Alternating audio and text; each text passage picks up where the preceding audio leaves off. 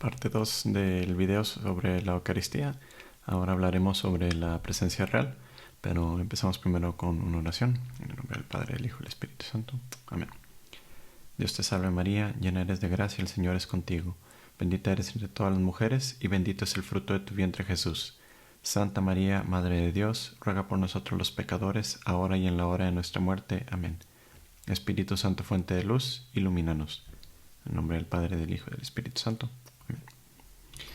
Bueno, vamos a empezar hablando sobre la presencia real, pero no podemos hablar de esto bien si no nos vamos a la fuente, ¿verdad? Vámonos a los evangelios y específicamente al capítulo 6 de Juan, donde Jesús nos habla sobre cómo Él es el pan bajado del cielo, haciendo alusión al Antiguo Testamento cuando hablaba del maná, que era el alimento que en los tiempos de Moisés, cuando Dios estaba liberando a su pueblo, pues están en el desierto y pues pasan hambre.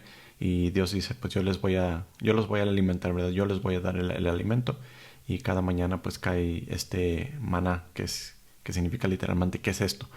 Que es un pan bajado del cielo, que era lo que comían cada día para seguir pues viviendo, ¿verdad? Su sustento de todos los días.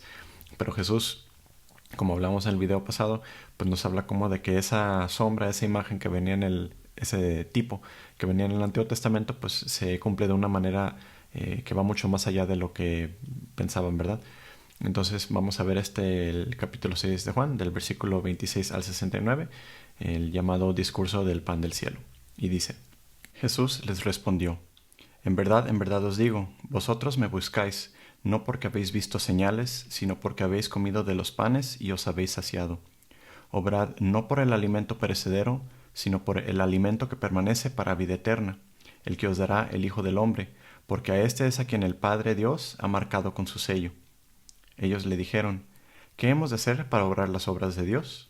Jesús les respondió: la obra de Dios es que creáis en quien Él ha enviado. Ellos entonces le dijeron: ¿qué señal haces para que viéndola creamos en ti? ¿Qué obra realizas? Nuestros padres comieron el maná en el desierto, según está escrito: pan del cielo les dio a comer. Jesús les respondió: en verdad os digo, no fue Moisés quien os dio el pan del cielo, es mi Padre el que os da el verdadero pan del cielo, porque el pan de Dios es el que baja del cielo y da la vida al mundo. Entonces le dijeron: Señor, danos siempre de ese pan. Le dijo Jesús: yo soy el pan de la vida. El que venga a mí no tendrá hambre, y el que cree en mí no tendrá nunca sed. Pero ya os lo he dicho, me habéis visto y no creéis. Todo lo que me dé el Padre vendrá a mí, y al que venga a mí no lo echaré fuera, porque he bajado del cielo, no para hacer mi voluntad, sino la voluntad del que me ha enviado. Y esta es la voluntad del que me ha enviado, que no pierda nada de lo que Él me ha dado, sino que lo resucite el último día. Porque esta es la voluntad de mi Padre, que todo el que vea al Hijo y crea en Él, tenga vida eterna, y que yo le resucite el último día.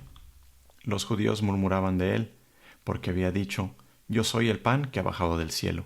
Y decían: ¿no es este Jesús, hijo de José, cuyo padre y madre conocemos?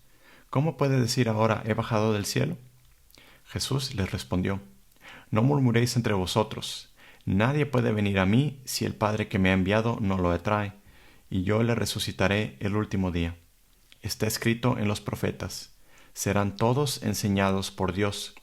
Todo el que escucha al Padre y aprende, viene a mí. No es que alguien haya visto al Padre, sino aquel que ha venido de Dios. Ese ha visto al Padre. En verdad os digo, el que cree tiene vida eterna. Yo soy el pan de la vida. Vuestros padres comieron el maná en el desierto y murieron. Este es el pan que baja del cielo, para que quien lo coma no muera. Yo soy el pan vivo bajado del cielo. Si uno come de este pan, vivirá para siempre, y el pan que yo le voy a dar es mi carne por la vida del mundo. Discutían entre sí los judíos y decían: ¿cómo puede éste darnos a comer su carne? Jesús les dijo: en verdad os digo, si no coméis la carne del Hijo del Hombre y no bebéis su sangre, no tenéis vida en vosotros. El que come mi carne y bebe mi sangre tiene vida eterna, y yo le resucitaré el último día, porque mi carne es verdadera comida y mi sangre verdadera bebida. El que come mi carne y bebe mi sangre permanece en mí y yo en él. Lo mismo que el Padre que vive me ha enviado y yo vivo por el Padre. también el que me coma vivirá por mí. Este es el pan bajado del cielo, no como el que comieron vuestros padres y murieron. El que coma este pan vivirá para siempre. Esto lo dijo enseñando en la sinagoga, en Cafarnaúm. Muchos de sus discípulos al oírle dijeron, «Es duro este lenguaje, ¿quién puede escucharlo?».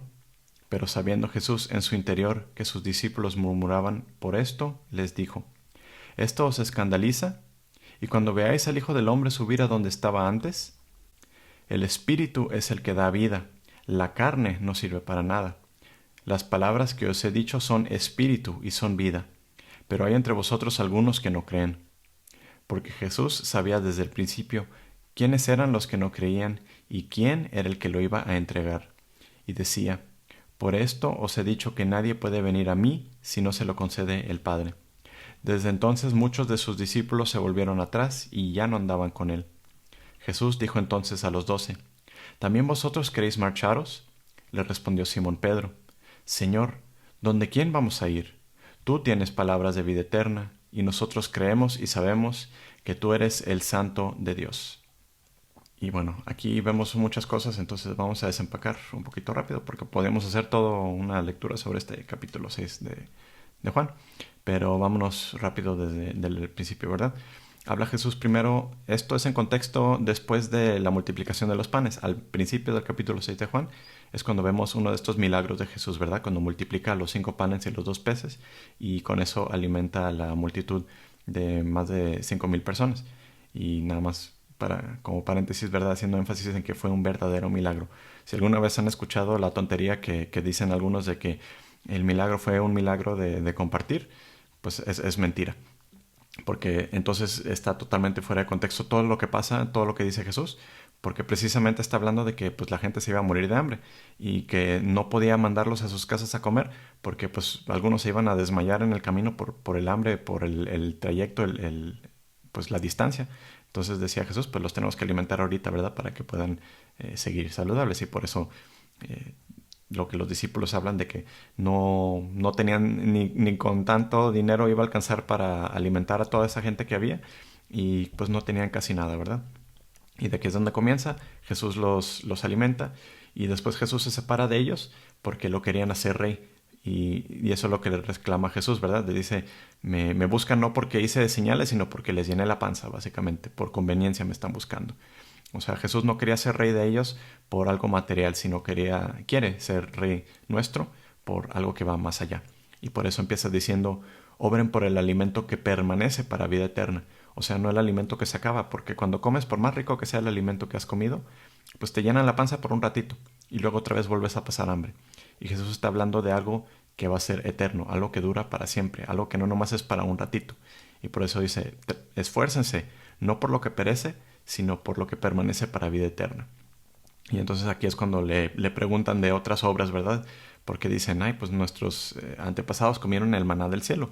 Y Jesús les dice, no es Moisés el que les hizo el milagro, sino fue Dios el que les da el verdadero pan del cielo. Y aclara, dice, yo soy el pan de la vida. O sea, está diciendo Jesús, yo soy ese pan bajado del cielo, ese pan verdadero, ese pan que los va a alimentar, y no nomás para un ratito, para un día, sino para siempre. Y fíjense las veces que repite, ¿verdad? Yo soy el pan de la vida, yo soy el pan de la vida. Y aclara que ¿a qué vino? Vino a hacer la voluntad de su Padre. Y entonces dice que ¿cuál es la voluntad del Padre? Que pues crean en Él, en Jesús, y que a través de Jesús tengan vida eterna, y así Jesús los resucitará el último día. Y pues ahí es cuando los judíos dicen, pero ¿cómo que está hablando de su Padre? Pues conocemos a José y a María, pero obviamente Jesús, y eso lo vemos en los evangelios desde que Jesús tenía 12 años, ¿verdad? Ya hablaba de mi Padre y estaba hablando de su Padre en el cielo, no estaba hablando de su Padre adoptivo San José. Y fíjense que también menciona algo curioso. Dice, en los profetas menciona, serán todos enseñados por Dios. Todo el que escucha al Padre y aprende viene a mí. Y ese todos serán enseñados por Dios, pues algunos lo tomaban de cierta forma, pero no entendían que literalmente en ese momento ¿quién les estaba hablando? Pues Dios mismo, Dios encarnado. Y Él era el que les estaba enseñando todas estas y muchas más cosas. Y fíjense lo que dice. Cuando dice de que yo soy el pan de la vida, menciona 7 veces comer, comer, comer, comer. Porque hay muchas personas, sobre todo los hermanos separados, que tratan de ver la Eucaristía como algo meramente espiritual, algo meramente simbólico o algo que no es literal. Que es curioso, ¿verdad? Porque muchos de ellos se tratan de tomar todo lo demás literal, literal, literal, pero cuando se trata de las palabras mismas de la boca de Jesús, eso no es literal, eso es simbólico. Pero fíjense, 7 veces Jesús repite la palabra comer, y de hecho en el lenguaje original, en el griego que tenemos, repite las palabras comer, pero cada vez se vuelve más literal, más literal. Y no nomás de comer, sino también usa palabras como roer, o sea, de arrancar carne de hueso. O sea, usa un lenguaje cada vez más exagerado para que entiendan que Jesús está hablando de verdad, de comer. Porque dice, quien lo coma no morirá. Si uno come de este pan, vivirá para siempre. Si no comen la carne del Hijo del Hombre, no tienen vida en ustedes. El que come mi carne y bebe mi sangre tiene vida eterna. Ahí ya van 4.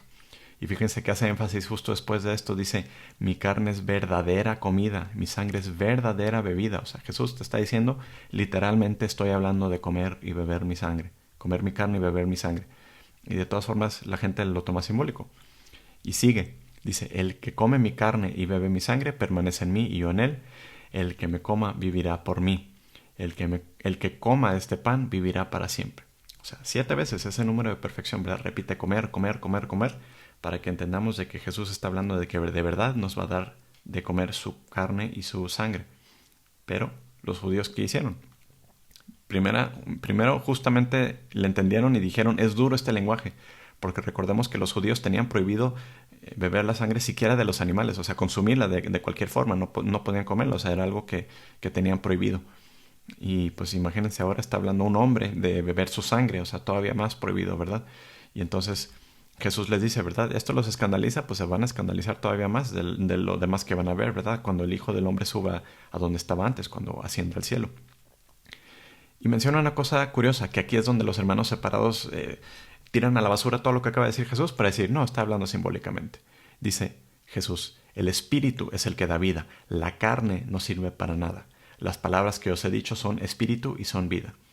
Y hay gente que toma esto para decir, mira, todo lo que dijo Jesús es meramente simbólico porque está hablando de que la carne no sirve para nada. Pero si sacamos todo fuera de contexto, pues sí, Jesús acaba de decir que la carne, su carne no sirve para nada, pero no tiene sentido. Entonces, ¿para qué hizo tanto énfasis en comer su carne y que su carne es verdadera comida? Hay que entender algo. En la Biblia, en las Escrituras, cuando se habla de la carne, fíjense que Jesús no está hablando de su carne, no está diciendo mi carne no sirve para nada, porque entonces también su sacrificio pues no hubiera servido de nada, ¿verdad? Cuando habla de la carne, está hablando de nuestro cuerpo, de nuestra concupiscencia, de nosotros mismos. O sea, dice, el Espíritu es el que da vida. ¿Quién es el que da vida? Lo decimos en el credo, el Espíritu Santo, Señor y dador de vida.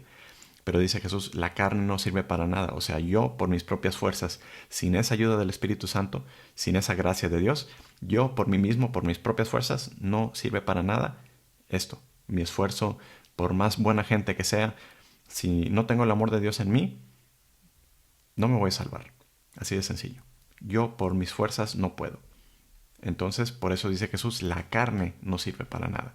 O sea, nadie en toda la vida, en toda la existencia de la humanidad, nadie va a estar en el cielo si no fue a través del Espíritu Santo. De una u otra manera, por medio de Dios, tiene que llegar ahí, no por sus propias fuerzas, porque nadie se merece entrar al cielo. Nadie. Así como nadie, ahora que estamos hablando de la Eucaristía, nadie se merece comulgar, porque ninguna persona se lo gana, no es el premio de nadie, porque ninguno de nosotros somos dignos, somos todos pecadores. Entonces, por eso ese énfasis en que dice la carne no sirve para nada. Entonces entendamos bien y en ese contexto las palabras, porque Jesús no está tirando a la basura todo lo que acaba de decir, porque entonces no tiene nada de sentido, ¿verdad? Y fíjense que dice, entonces muchos de sus discípulos se volvieron atrás y ya no andaban con él. Y si Jesús de verdad hubiera estado hablando simbólicamente, Jesús, como muchas veces en otras ocasiones hizo, como la parábola, por ejemplo, del sembrador, que no la entendían, pues les explicó detalle, ¿verdad? Porque no entendían qué quiso decir. Pero aquí la entendieron y por eso no querían seguirlo, porque dijeron, esto es duro, yo no puedo con esto. Y se fueron. Y Jesús no les dijo, espérense, me entendieron mal, o no está hablando literal. Bien la entendieron y bien los dejó que se separaran, porque pues entendieron y no quisieron. Así como pasa muchas veces con nosotros. Se nos presenta la verdad y por querer seguir nuestro propio camino nosotros mismos, pues no queremos seguirlo a Él. Y entonces Jesús, de hecho, se vuelve hasta con sus 12, o sea, los discípulos más cercanos que él eligió, pues a mano, ¿verdad? O sea, él los llamó uno a uno, esos 12, y les dice, ¿ustedes también se quieren ir? O sea, retándolos de que pues esto es duro, yo lo sé, y también se van por eso. Y San Pedro, fíjense, les dice esas palabras que también lo hemos escuchado en cantos, Señor, ¿a quién iremos? Tú tienes palabras de vida eterna, y nosotros hemos creído que tú eres el Hijo de Dios. O sea, dice San Pedro que pues sí es difícil esto, ciertamente, pero dice pues ¿con quién vamos a ir? Nosotros creemos en ti. Entonces, aunque no entendamos ahorita en este momento, te vamos a seguir, Señor. Porque ahorita tal vez no entendemos cómo es que nos vas a dar de comer tu carne, pero no nos vamos a alejar de ti. Y eso es muy importante, porque a veces eso pasa en nuestra vida de fe, que no entendemos y nomás por eso nos queremos alejar, en vez de tratar de seguir y aprender más y seguir con el Maestro, seguir a Jesús, para luego que Él nos abra la mente, ¿verdad? Porque así es como pasa con muchas cosas que aprendemos, como las matemáticas. Empezamos con lo más básico, lo más sencillo, y muchas veces pues no vamos a aprender a derivar, por ejemplo, si todavía no podemos dominar lo más básico de las matemáticas. Y lo mismo pasa en la vida de fe. Tenemos que empezar con las cosas pequeñas y luego ir poco a poco, ir subiendo según la capacidad de cada quien. De hecho, San Pablo usa esa imagen de decir, ahorita no están listos para alimento sólido, ahorita nada más toman leche materna, o sea, como bebitos, como chiquitos, ahorita nada más pueden con algo muy sencillo y pues eventualmente se busca que lleguen a algo más, pero no todos. Y no todos necesitan, ¿verdad? Hay personas muy humildes, muy sencillas que con esa pura fe confían en Dios y no necesitan que se les expliquen todas estas cosas para creer y entender. Pero hay muchas personas que sí. Y pues eso es lo que tenemos que hacer. Si tenemos esas dudas, seguir en ese camino y no nomás dejarlas porque sí. Porque luego, como en la parábola del sembrador, pues vamos a hacer como esa semilla que brotó luego, pero como no tiene raíces profundas, pues se marchita muy rápido. Y a veces así nos pasa.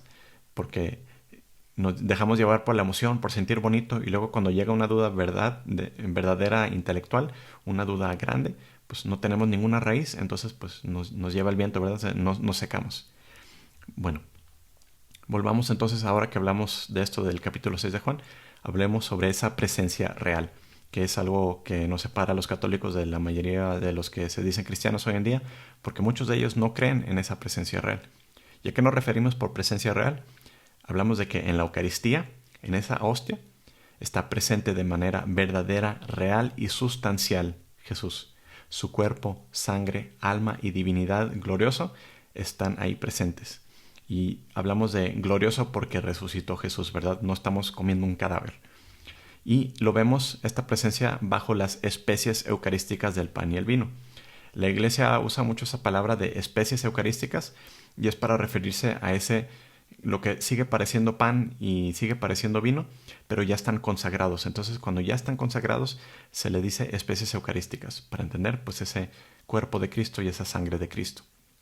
Y entonces, como decía, no somos caníbales, no estamos comiendo algo muerto, sino estamos comiendo el cuerpo glorioso de Cristo. No lo estamos hiriendo cuando lo comemos, ¿verdad? Cuando Él se da a nosotros.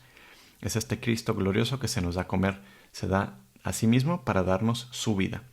Si han escuchado ese dicho de que eres lo que comes, ¿verdad? Entonces, pues comemos de Dios para ser como Dios, porque Él nos manda, sean perfectos. Y vamos a hablar un poquito de la transubstanciación, que es una palabra que la Iglesia pues creó en el desarrollo de su ir entendiendo los misterios de Dios, para entender cómo es que pasa que lo que vemos como pan deja de serlo. Y esto es a lo que nos referimos por transubstanciación, ¿verdad? La conversión de la sustancia del pan a la sustancia del cuerpo de Cristo. Y lo mismo pasa con el vino, ¿verdad? Con su sangre, que se convierte la sustancia del vino a la sustancia de su sangre. Y esta conversión, ¿por qué sucede? Pues precisamente por la eficacia de las palabras de Cristo y la acción del Espíritu Santo. De hecho, lo vemos en la epíclesis, ¿verdad? Cuando el sacerdote pone sus manos sobre el cáliz, pues ahí es cuando se llama la epíclesis, cuando se llama al Espíritu Santo que baje sobre el pan y el vino para iniciar este proceso que pues no lo vemos, ¿verdad? Pero que por fe creemos que sucede, la transubstanciación. Porque permanecen inalteradas las características sensibles del pan y del vino. Y entonces, ¿qué quiere decir?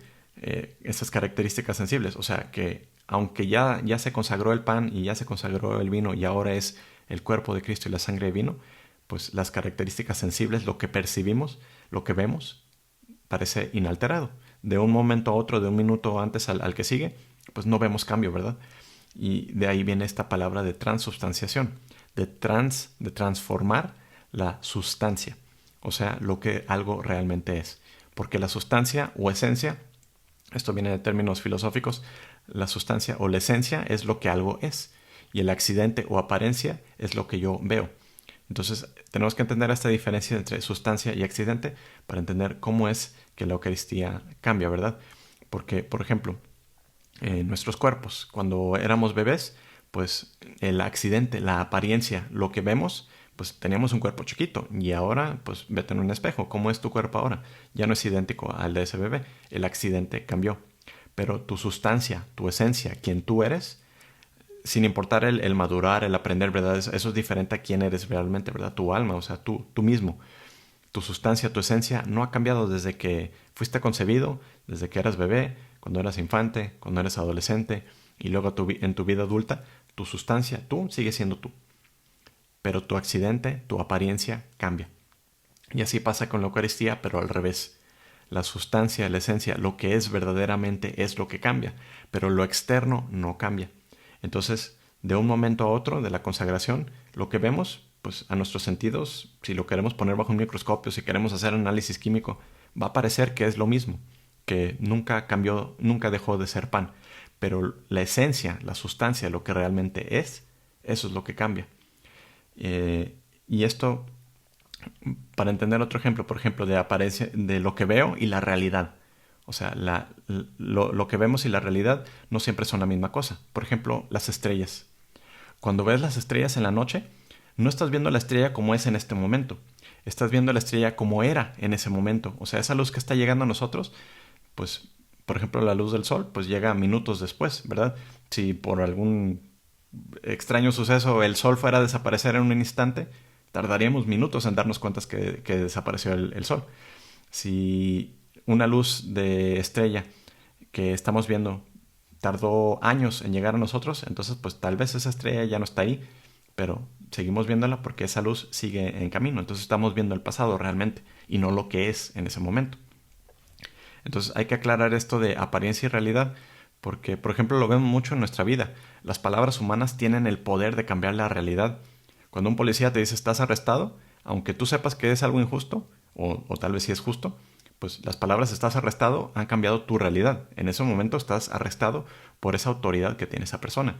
O en un juego de fútbol, cuando el árbitro saca la tarjeta roja, pues es tarjeta roja y ya, y no cambia. De hecho, muchas veces cuando saca la tarjeta amarilla y la están peleando, pues luego, si no le baja, pues ¿qué es lo que hace? Pues lo cambia a roja y lo expulsa. O sea, un acto humano, unas palabras humanas, ¿qué hacen? Cambian la realidad, cambian lo que es. Entonces, fíjense cómo la palabra de Dios es más poderosa aún, ¿verdad? Y esto lo vamos a ver en el capítulo 55 de Isaías, del versículo 10 al 11. Como descienden la lluvia y la nieve de los cielos y no vuelven allá, sino que empapan la tierra, la fecundan y la hacen germinar para que dé simiente al sembrador y pan para comer. Así será mi palabra, la que salga de mi boca, que no tornará a mí vacío, sino que haya realizado lo que me plugo y haya cumplido aquello a que le envié. Aquí del profeta Isaías estamos viendo cómo la palabra de Dios es eficaz. Y pues nosotros sabemos que cuando habla de esa palabra que baja a la tierra y que no volverá a él, que esa palabra que sale de su boca, pues ¿cuál es esa palabra que sale de la boca de Dios? Pues es el Hijo, esa es la palabra de Dios, la palabra eterna. Y vemos muchos ejemplos de Jesús, de cómo sus palabras afectan la realidad, cómo lo que Él dice se hace. Cuando Jesús está ante la tumba de su amigo Lázaro y dice, Lázaro, sal de ahí, y el muerto que tenía ya 4 días muerto, y de hecho las hermanas decían, pues ya va a oler porque va a estar podrido, ya se está pudriendo su cuerpo, le dice Jesús, sale ahí, y sale entero. A una niñita, la hija de Jairo, le dice, niñita, levántate, talita cum, y se levanta. Estas palabras del arameo, ¿verdad? Y también dice Jesús, hijo, tus pecados te son perdonados al paralítico. Y luego para probar que le perdonó sus pecados, le dice, toma tu camilla, levántate, toma tu camilla y vete. Y lo hace. O cuando Jesús dice, y lo recordamos en cada misa, este es mi cuerpo, este es mi sangre, pues como son las palabras de Dios que están obrando a través del sacerdote, pues entonces ese pan se convierte en su cuerpo, ese cáliz se convierte en su sangre. Entonces hay que entender muy bien esto de la transubstanciación, de la apariencia y la realidad. Una cosa es lo que parece ser y otra cosa es lo que realmente es. Entonces, un aspecto más sobre la Eucaristía se llama la concomitancia. Hay personas que hablan de que, o se preguntan, ¿verdad? Cuando parten la hostia, ¿estamos dividiendo a Cristo? Pero no, Cristo es indivisible, pues es Dios, es infinito. No puedes tener infinito a la mitad, o infinito más uno, o infinito menos uno. Infinito es infinito. Entonces, esto sin meternos en detalles de cómo en matemáticas, por ejemplo, a veces hablan de diferentes formas de infinito, pero nosotros cuando hablamos de infinito, hablamos de verdadero infinito, o sea, total, de que no tiene inicio ni fin, no se acaba, no tiene límite. Entonces Cristo es indivisible, así que donde está presente cualquier parte de Él, está todo presente. Y por eso bajo cualquiera de las dos especies está totalmente presente su cuerpo, sangre, alma y divinidad. Y la presencia eucarística de Cristo continúa mientras subsistan las especies eucarísticas. Porque hay personas que preguntan, ¿verdad? ¿Hasta cuándo deja de estar Cristo presente? Pues mientras subsisten, mientras siguen estando ahí presentes esas especies eucarísticas, lo que percibimos como pan o percibimos como sangre, pero ya consagradas, como vino ya consagrados, pues ahí sigue estando su cuerpo y su sangre realmente presente. En una sola gota, aunque fuera la más mínima gota, lo más pequeño, ahí está la sangre de Cristo totalmente. Y no nomás su sangre, sino su cuerpo, sangre, alma y divinidad. Y lo mismo con la hostia. Si alguna vez te ha tocado ver que hay mucha gente comulgando y no alcanzaron pues una hostia entera para cada persona y empiezan a fraccionar la hostia para darle a cada quien un fragmento, en ese fragmento más pequeñísimo ahí está presente Cristo. Y esto es importante porque también cuando en algunos lugares que se tiene la práctica de la comunión en la mano, pues por eso les dicen de que si alguna vez fueras a comulgar en la mano, fíjate con mucho cuidado, ten mucho cuidado de que con la mano con la que vayas a comulgar, pero también si en otra mano recibes el cuerpo de Cristo, fijarte con mucho cuidado que no quede ni la más mínima migaja, porque en esa más mínima migaja está todo Cristo presente. Cuerpo, sangre, alma y divinidad. Y lo repito para que entendamos de que Cristo está totalmente presente. Y eso es a lo que se le llama concomitancia.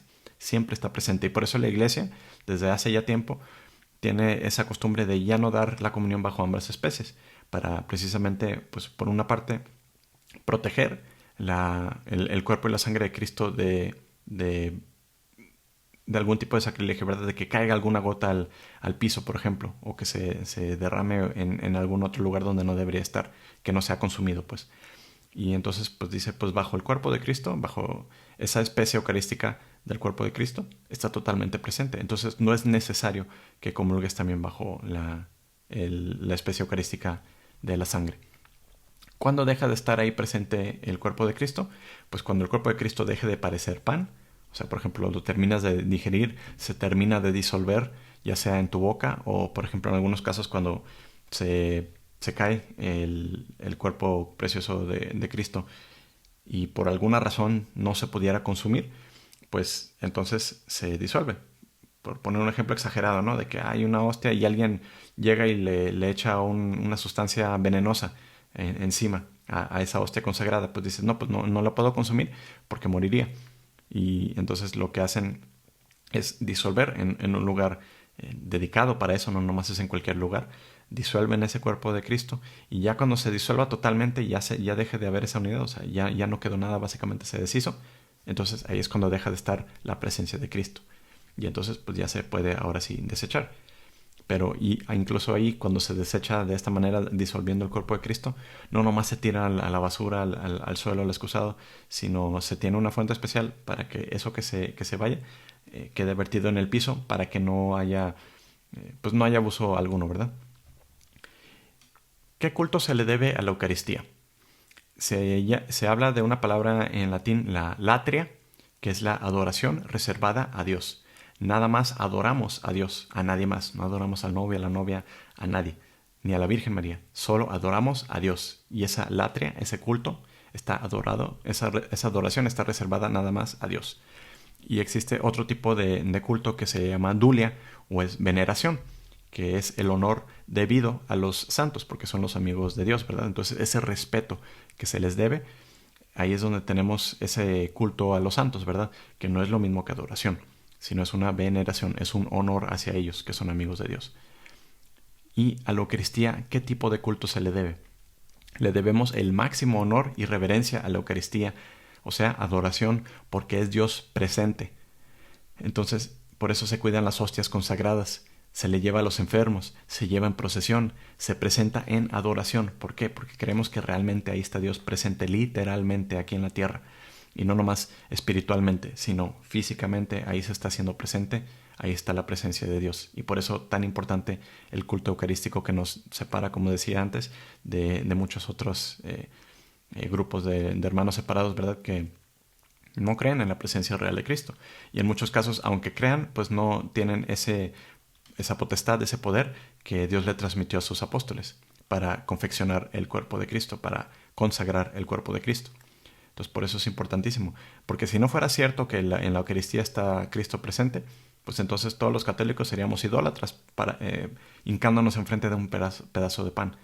Pero por creer en las palabras de Dios y en la eficacia de la palabra de Dios, entonces por eso creemos en la Eucaristía. Porque Él dijo sobre ese pan, este es mi cuerpo, y entonces nosotros le creemos a Jesús. Ese es su cuerpo. Y bueno, vamos a dejarlo hasta aquí para ahora meternos en otras partes más de la Eucaristía. Y espero les haya sido de mucho beneficio. Dios los bendiga.